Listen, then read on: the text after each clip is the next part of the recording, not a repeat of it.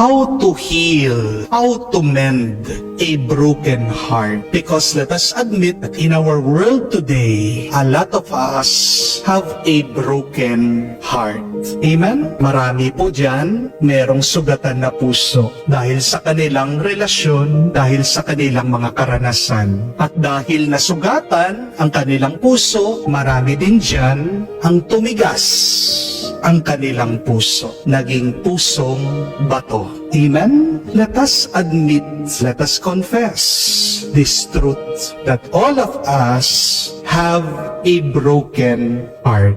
Sabi nga po, nung isa nabasa ko, nag-comment siya sa ating mga video, Father, paano ko papatawarin itong taong nakasakit sa akin? Nanuot sa aking puso yung kanilang ginawa. Madaling sabihin na magpatawad, madaling sabihin na mag-move on, pero hanggang ngayon nararamdaman ko sa aking puso at damdamin yung kanilang ginawa sa akin. Pero nga pong isa pang follower, kwento niya sa akin, nag-open up siya. Sabi, Father, kala po ng aking mga kapatid na okay lang ako. Kahit na anong hingin nila, ako naman po, bigay na ako ng bigay sa kanila. Pero Father, sa inyo ko lang po sasabihin, pagod na ako. Hindi po alam ng aking mga kapatid kung ano ang aking nararamdaman, kung ano ang aking pinagdadaanan. Buti pa sila, humihingi lang. Ako kailangan kong paghirapan ang pera. Kung minsan pa nga, nakakagawa ko ng mga nakakahiyang bagay para lang ako'y magkapera. Pero hindi ko po matigilan. Ano ang gagawin ko kasi silang lahat umaasa sa akin, pati po ang aking mga magulang. Bit ko, dala-dala ko, akay-akay ko. Alam niyo po, itong nag-open up sa akin, napakaganda niya. Batang-bata ang itsura. Pero hindi mo makikita sa kanyang muka yung itsura ng bigat at sugat ng kanyang puso. It is true that our faces will never reveal what our hearts holds. Our faces will never show the appearances of our hearts. Kaya nga po siguro, ang larawan ng sagradong puso ni Jesus, kung mapapansin nyo, inilabas niya ang kanyang puso. Ito ay tanda ng kanyang pagiging totoo sa atin. Hindi sapat na makita natin ang kanyang muka, pero gusto niyang ipakita kung ano ang laman ng kanyang puso. Ito'y puso na may liwanag. Ibig sabihin, isang puso na kung saan nakatira, nananahan, umiiral ang presensya ng Diyos. Isang puso na nakabalot ng mga tinik.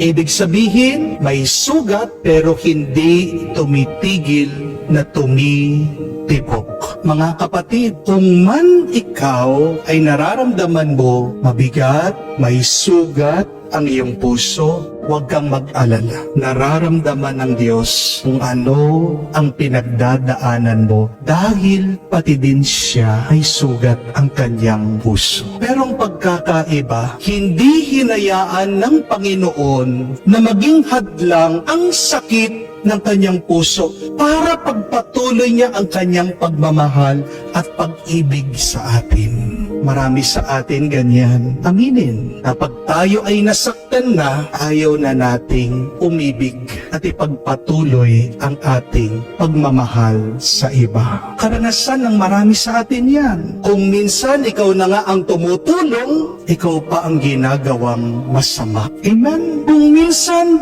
ikaw na nga ang tapat, ikaw pa ang lolokohin. Kung minsan, napakasipag mo, pero bakit ikaw ang nakakaranas ng mga sunod-sunod na kamalasan sa buhay na ito? Mga kapatid, pag nasaktan ka, huwag mong itatago ang sakit sa iyong damdamin. Kamukha ng ating Panginoon, ilabas natin, kita natin sa Kanya. Only God can mend broken hearts.